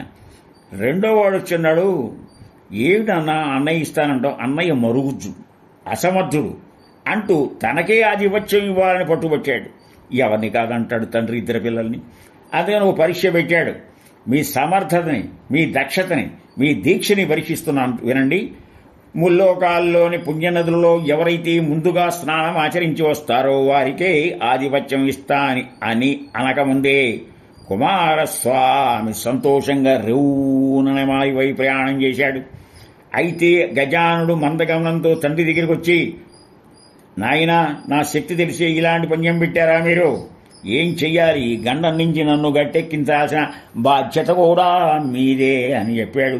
అప్పుడు నారాయణుడు చెప్పాడు, నాయనా నారాయణుడు అంటే నీటి స్థానం, ఆయన యొక్క జపం శ్రద్ధగా చెయ్యి. ఎన్ని చేయాలంటే 3.5 కోట్ల పుణ్యనదులలో స్నానమించిన ఫలితాన్ని ఇస్తుంది ఆ నారాయణ మంత్రం అని చెప్పి ఉపదేశించాడు. అది చక్కగా నారాయణ మంత్రాన్ని ఆ తండ్రి పెద్ద కుమారుడైన గజానుడికి ఉపదేశం ఇచ్చాడు. ఆయన ఏం చేశాడంటే ఆయన గజ తెలివి. ఈ మంత్రంతో పాటు భక్తి ప్రపత్తులతో తన తండ్రి పరమేశ్వరుడు ఉపదేశించిన నారాయణ మంత్రాన్ని పఠిస్తూ జపిస్తూ కైలాసంలో ఉంటూ తల్లిదండ్రుల చుట్టూ కూడా ప్రదక్షిణ చేశాడు. తల్లిదండ్రులు ఈ భూమి మీద మనని పరిచయం చేసిన వాళ్ళు, వాళ్లే ప్రత్యక్ష లక్ష్మీనారాయణులు, పార్వతీ పరమేశ్వరులు అన్నాడు. దీని ఫలితం వల్ల ఏమైందంటే ఆ యొక్క కుమారస్వామి ఏ నదిలో స్నానం చేయటానికి పోయినా స్నానం చేసి ఎదురొస్తున్న అన్నగారైన గజానుడు కనిపించగా ఆశ్చర్యపడ్డాడు. అప్పటికే కొన్ని నదులు వదిలేశాడు. ఎన్ని వదిలేసినా మళ్ళా ఈయన ప్రత్యక్షం అయ్యాడు. తండ్రి దగ్గర రాగానే ఆయన ముందుగానే వచ్చి తండ్రికి నమస్కరించిన అన్నగారిని చూసి తనని తాను నదించుకుని తన అసమర్థతను తెలియజేసి, అయ్యా నేను అసమర్థుణ్ణి, అన్నగారే దీనికి తగినవాడు, ఆయనకే ఈ పదవి ఇమ్మన్నారు. ఇక్కడ మీకు చిన్న విషయం, మనకి 24 చవితులు వస్తాయి ప్రతి సంవత్సరంలో. శుద్ధ చవితి, బహుళ చవితి. కానీ ఈ యొక్క భాద్రపద శుద్ధ చవితి ఏమో వరసిద్ధి వినాయక వ్రతం, మాఘ బహుళ చవితి ఏమో సంకటహర గణపతి. ఇందాక విఘ్నకర్త విఘ్నహర్త అన్నానే, ఏం కోరుకుంటే వరాలు ఇచ్చేవాడు ఆయనే, నీకొచ్చే ఇబ్బందులు కూడా తొలగించేవాడు ఆయన. కనుక ఈ వినాయక చవితికి ఎంత ప్రాశస్త్యంగా చేస్తారో శ్రద్ధాభక్తులతో, చాలా ఇక్కట్లతో సతమతమయ్యేటువంటి వాళ్ళు శ్రద్ధాశక్తులతో వ్రత విధానంగా మాఘ బహుళ చవితి రోజున సంకటహర గణపతి ఇది కూడా చేసుకోవచ్చు. ఈ రకంగా ఆయనకి ఆధిపత్యం ఆ భాద్రవ శుద్ధ చవితి రోజున ఆయన పట్టాభిషేకం చేసి విఘ్నాధిపతి చేశారు. ఆ విఘ్నాధిపతి అయిన గజాసుడు చాలా సంబరంగా దేశ విదేశాల్లో అన్ని లోకాల్లో భక్తులు వాళ్ళ విభవము కొద్దీ శక్తి కొద్దీ కుడుములు మొదలైన పిండి వంటలు సమర్పించడంతో విఘ్నేశ్వరుడు ఎవరిని కాదనలేక వాటన్నింటినీ భుజించి సంతుష్టుడై వాహనమైన అణుంజుడు కొన్నిచ్చి మరికొన్నిటిని చేత ధరించి మందగమనంతో సూర్యాస్తమయ వేళ్లకి కైలాసాన్ని చేరుకుని ఆది దంపతులైన తన తల్లిదండ్రులు పార్వతీ పరమేశ్వరులకి ప్రణామం చెయ్యబోగా ఉదరమాంతే కాళ్ళు చేతులాంతే ఉదరం అనదు. ఇలా ఆయన సతమతమవుతుంటే అవస్థపడుతున్న విఘ్నేశ్వరుని చూచి శివుని తలపై ఉన్న చంద్రుడు బిగ్గిరిగా నవ్వడంతో విఘ్నేశ్వరుడి ఉదరం పగిలింది. రాజ్య దృష్టి తొగితే రాళ్లు కూడా ముగ్గవుతాయిట. ఆయన రాజు చంద్రుడు.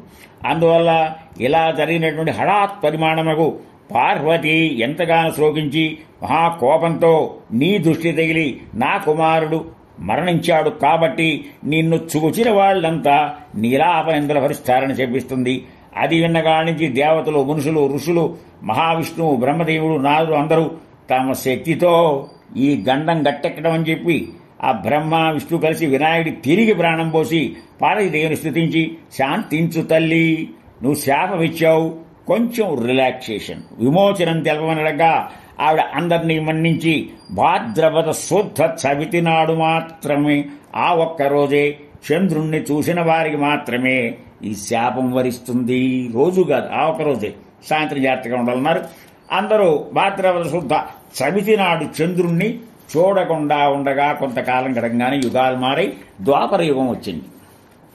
ఎప్పుడైతే ద్వాపర యుగం వచ్చిందో భాద్రపద శుద్ధ చతుర్థి నాడు ద్వారకలో కృష్ణుని దర్శించుకున్న నారదుడు ఈ కథంతా చెప్పగా, అయ్యా నేను వెళ్ళొస్తా, సెలవు, సాయం సమయం అయింది, ఈరోజు చంద్రుని చూడరాదు, ఇంటికి వెళ్ళాలి, సెలవు ఉండడంతో అవును అవును కదా అని పార్వతీదేవి సేవకృత్నాన్ని నారదుడి ద్వారా కృష్ణుడు తెలుసుకున్నాడు. భాద్రపద శుద్ధ చతుర్థి చంద్రుణ్ణి చూడవద్దుని నగరమంతా చాటింపు వేశాడు. అందరూ జాగ్రత్తగా ఉన్నారు. అయితే ఈ యొక్క శ్రీకృష్ణుడు క్షీరప్రియుడు గనక గోశాలలోకి వెళ్లి పాలు పితుకుతూ అనుకోకుండా చంద్రుడు ప్రతిబింబాన్ని చూశాడు, గ్రహించాడు. ఎవరికైనా తప్పవు ఇక్కట్లు, ఏదో నింద రాబోతోందని చెప్పి భావించాడు. ఇలా ఉండగా కొంతకాలానికి సూర్యవంశంలో శమంతకమణి పొందిన సత్రాజిత్ అనేవాడు సూర్యోపాసన చేసి ఆ మణి రోజు ఎంతో బరువులు, ఎన్నో బంగారాన్ని పెడుతుంది. ఆ శమంతకమణి నువ్వు రాజుగారికి పోయి అన్నాడు కృష్ణుడు. అది ఎందుకంటే నీ దగ్గర ఉంటే నీ ఇంటికి మీ వాళ్ళకే కదా, ఆయన కనుక ఇస్తే ఈ యొక్క దేశానికి అంత సుభిక్షం అవుతుంది, బావులు తవ్విస్తారు, ధర్మశాలలు కట్టిస్తారు, చెట్టు నాటిస్తారు, ఎన్నో ప్రయోగిత కార్యక్రమాలని చెప్తే ఆయన అన్నాడు, ఏ తెలివి తక్కువ వాడైనా ఇలాంటి పనులు చేస్తాడా అని చెప్పలేదు. ఈ లోపల ఆ యొక్క సత్రాజిత్ తమ్ముడు ప్రసేనుడనే ఉన్నవాడు, వాడేం చేశాడు, అన్నగారికి తెలియకుండా శమంతకమణిని ధరించి వేటకు బయలుదేరాడు. ఆయన వేటకెడుతుండే అడవిలో సింహం చూసింది. వీడి మెళ్ళలో వేసుకున్న లాకెట్ లాగా ఉన్న ఆ మణిని చూసి మాంసఖండంగా భావించి ప్రసేనుణ్ణి చంపి ఆ మణిని తీసుకెడుతుంటే ఒక భల్లూకం ఆ సింహాన్ని చంపి ఆ మణిని తన కొండ గుహలో ఉన్న కుమార్తె జాంబవతికి ఆట వస్తువుగా ఉయ్యాల్లో వేశారు. ఇదిలా ఉండగా సత్రాజిత్తు శమంతకమణిని ఇవ్వలేదన్న కోపంతో తన తమ్ముడు ప్రసేనుణ్ణి చంపేశారు. చంపింది ఎవరో కాదు, శ్రీకృష్ణుడే అని చెప్పి ఒక నింద వేశాడు సత్రాజిత్తు. ఎలా ఈ నీలాప నింద పోగొట్టుకోవాలని శమంతకుని కోసం అన్వేషణ ప్రారంభించాడు. అరణ్యానికి బయలుదేరాడు. కొంత దూరం పోతే ప్రసేనుడి యొక్క మృతకలయ్య కనిపించింది. కొంచెం ముందుకు పోతే సింహం గాలిజాడు, ఇంకొంచెం ముందుకు పోతే భల్లూకం యొక్క అడుగుజాడలు కనబడ్డాయి. ఆ అడుగుజాడలు వెంటబోగా కృష్ణుడు జాంబవంతుని గుహను చేరుకున్నాడు. అక్కడ మిగిలిన వారందరినీ నేను గుహలో కొడుతున్నాను వస్తారంటే, సరే మీరెందుకులే నేనే వెళ్తానైపోయిన లోపలికి వెళ్ళాడు. పైకి దూకాడు. అక్కడ జాంబవంతుని కుమార్తె ఎవడో వింతవాడు వచ్చాడని చెప్పి ఆమె పెంచి దాది వీళ్ళంతా బిగ్గిరిగా అరవసాగారు. ఈ లోపల బయటకు వచ్చాడు జాంబవంతుడు. ఇద్దరూ హోరాహోరీ పోరాడుతుంటారు. ఈ పోరాటం ఎన్నో రోజులు సాగింది. చెట్ల తోగొట్టుకున్నారు, గోళ్ల తోగిచ్చుకున్నారు. ఇలా జరగ్గా చివరికి జాంబవంతుడు శక్తిహీనుడై గ్రహించాడు, ఈయన శక్తి ఇలా ఎప్పుడు వాడండి జాంబవంతుడు? కృతయుగం నుంచి ఉన్నాడు. వామనావతారంలో వామనుడికి ప్రదక్షిణం చేశాడు 21 సార్లు. అలాంటి వాడు ఇన్ని యుగాల్లో, ఆయన రోజు చిరంజీవి, శక్తిహీనుడై అప్పుడు గుర్తుకు తెచ్చుకున్నాడు. త్రేతాయుగంలో రావణ సంహారం చేసిన శ్రీరామచంద్రుడుగా గుర్తుపట్టాడు కృష్ణుడిని. అయ్యా, నా యొక్క అజ్ఞానంతో ఏదైనా వరం కోరుకోమని మీరు అప్పట్లో త్రేతాయుగంలో అడగగా నేను మీతో ఈ ముష్టి యుద్ధం చేయాలని కోరుకున్నాను. అది ఇప్పుడు సంభవించింది. ఇలా నా శక్తిహీనం అవడం వల్ల మిమ్మల్ని పోల్చుకున్నాను చెప్పి చివరికి ఆయన తన తప్పు క్షమించమని ఆ మణితో పాటు తన కుమార్తె జాంబవంతిని కూడా ఇచ్చి వివాహం జరిపించాడు. శ్రీకృష్ణుడు శమంతకమణి సత్రాజిత్తుకు పంపించగా ఆమెను కూడా తీసుకుని తన కుమార్తె అయిన సత్యభామను కూడా ఇచ్చాడు సత్రాజిత్తు. వివాహానికి వచ్చిన దేవతలు మునులు సమర్థులైన తమకే ఈ నీలాపనిందలు తప్పలేదు కదా, మామూలు వాళ్ళకి మాకెలా ఈ చంద్రుడిని చూస్తే అని చెప్తే అప్పుడు కృష్ణుడు చెప్పాడు, ఈ శమంతకమణి కథని విని అక్షితలు తల మీద చల్లుకుంటే చంద్రదర్శనమణి నాడు నీలాపనిందలు పొందరన్న వయమిచ్చాడు. ఇలా ఈ వినాయక వ్రతాన్ని శత్రు సంహారమప్పుడు ధర్మరాజు ఈ కథ విన్నాడు. వృత్రాసురుడు హతమర్చేటప్పుడు ఇంద్రుడు, సీతాదేవిని వెతికేటప్పుడు శ్రీరాముడు, గంగని భూమికి తెచ్చినప్పుడు భగీరథుడు, మందర పర్వత మథనంలో అమృతోత్పాదన సమయంలో దేవతలు ఈ కథ విని శుభాల్ని పొందారు. తలచిన కార్యాలన్నీ వినాయక వ్రతం చేయడం వల్ల సిద్ధిస్తాయి. కాబట్టి విఘ్నేశ్వరుడు ఎవరనుకుంటున్నారు? సిద్ధి వినాయకుడు, వరాలిచ్చేటువంటి వాడు, వర సిద్ధి వినాయకుడు అని చెప్పి పిల్లలు కావాలనుకుంటే ఈ వ్రతం ఆచరిస్తే పిల్లలు పుడతారు. కన్యలు గనక పూజిస్తే వివాహం జరుగుతుంది. ముత్తైదువులు గనక పూజిస్తే నిత్య సౌభాగ్యాలు కలుగుతాయి. ఇలా భాద్రపద శుద్ధ చతుర్థి నాడు వినాయక వ్రతం జరిపితే ప్రతి ఒక్కరికి చతుర్విధ పురుషార్థాలు అంటే చెప్పబోతూ ఊరుకుంటారా? ధర్మ అర్థ కామ మోక్షాలు లభిస్తాయి. చివరిలో అష్టైశ్వర్యాలు ఇహంలో వచ్చి ఆరోగ్యవంతులై చక్కటి మోక్ష సంపదను పొందుతారని చెప్పి ఈ యొక్క కథని చెప్పారు కదా. మీ చేతిలో ఉన్న అక్షతలో మీరు భగవంతుని పాదాల దగ్గర నుంచి కొన్ని అక్షంతలు మీ మీద వేసుకుని పెద్దవారు చిన్నవారికి వేసి తర్వాత నివేదించినటువంటి విషయాలు మీరు చక్కగా తినండి.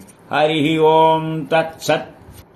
పూర్తిగా శ్రద్ధగా భక్తియుక్తులతో బుద్ధిని తిన్నగా ఉంచుకుని ఈ యొక్క గణేష పూజ అయిన తర్వాత ఎందరో ప్రాజ్ఞులు త్యాగరాజు వారి దగ్గర నుంచి మహనీయులు గణపతి వాతాపి గణపతిం భజే అని చెప్పి ఇంకా ఏ కార్యక్రమం ప్రారంభించినా మనకి దీపజ్వలనం ఈ విఘ్నేశ్వర స్తుతి ఉంటుంది కనుక వాటిలో భాగంగా గణేష పంచరత్నమాల అనే దాన్ని మనం చదువుకుంటే చాలా ఆనందంగా ఉంటుంది. అక్కడితో మన పూజ పరిసమాప్తవుతుందని భావిస్తూ దీన్ని వినయంగా భక్తిపూర్వకంగా సమర్పిస్తున్నాను. ఇది నా ప్రయత్నం. ముదాకరాతమోదకం సదా విముక్తి సాధకం కళాధరావతంచకం విలాసిలోకరక్షకం అనాయకైకనాయకం వినాశిదేవదైత్యకం నతాశుభాసునాశకం నమామితం వినాయకం. నేతరాతిభీకరం నవోదితార్కభాస్వరం సమస్సురారినిర్జరం నతాధికావదుద్ధరం సురేశ్వరం నిధీశ్వరం గజేశ్వరం గణేశ్వరం మహేశ్వరం దమాశ్రయే పరాత్పరం నిరంతరం. సమస్తలోకశంకరం నిరస్తదైత్యకుంజరం దరేదరోదరం వరం వరే భవక్త్ర అక్షరం కృపాకరం క్షమాకరం ముదాకరం యశస్కరం మనస్కరం నమస్కృతం నమస్కరోమి భాస్వరం.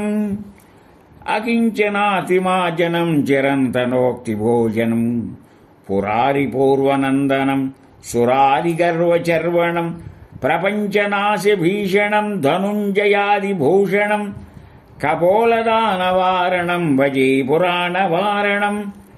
నితాంతకాంతదంతకాంతిమంతకాంతకాత్మజం అచించరూపతంత్రహీనమంతరాయ గృంథనం అచించరూపమంత్రహీనమంతరాయ గృంథనం హృదంతరే నిరంతరం వసస్తమేవ యోగినాం తమేకదం తవేవతం విచింతయామి సంతతం. మహేశగణ మహాగణేశ పంచరత్న ఆదరేణ యోన్యహం ప్రజల్భతి ప్రభాతకే హృది స్మరన్ గణేశ్వరం అరోగతామదోషతాం సుసాహితిం సుపుత్రతాం సమాహితాయురష్టభూతిమభ్యవైతి సోదిరద్. శంకరాచార్య కృత శంకర భగవత్పాదులు వారు సమర్పించిన ఈ గణేశ పంచరత్నమాల గనక శ్రద్ధగా ప్రభాత సమయంలో గనక చదవగలిగితే ఈ పంచరత్నాలు హృదయానికి ఎంతో ఉల్లాసంగా ఆనందంగా ఉంటుంది. ఎటువంటి భయంకరమైన అరోగాలు అనారోగ్యాలు దోషాలు పోతాయి. చక్కటి సాహిత్యం అవుతుంది. చక్కటి సంతానం మంచి ఆయువు ఇన్ని లభిస్తాయి గనక నా ప్రయత్నం నేను చేశాను. మీరు కూడా చక్కగా విని మీ ప్రయత్నంగా మీరు ఆయన సమర్పించండి. ఈ భాద్రపద మాసం గణేష నవరాత్రులతో ఇంకా ఆ తర్వాత మనకి ఋషి పంచమి చాలా చాలా విశేషతలు వస్తాయి. మొత్తం మాసం అంతా పఠించవలసిన ఏకైక మంత్రం ఓం హృషీకేశాయ నమః, నిండు గం గణపతే నమః. ఇలాంటి పంచరత్నాలు చదువుకుని మీరు కృతకృత్యులై భగవంతుడు మీకు ఆ గణపతి అనుగ్రహం వల్ల చిర ఆయు ఆరోగ్య అష్టైశ్వర్యాలతో పాటు ముఖ్యంగా మనశ్శాంతి లభిస్తుందని చెప్పి నేను సమర్పించడం జరిగింది. హరి ఓం సహనావతు సహనౌ భునక్తు సహ వీర్యం కరవావహై తేజస్వినావధీతమస్తు మా విద్విషావహై. ఓం శాంతి శాంతి శాంతి. హరి ఓం.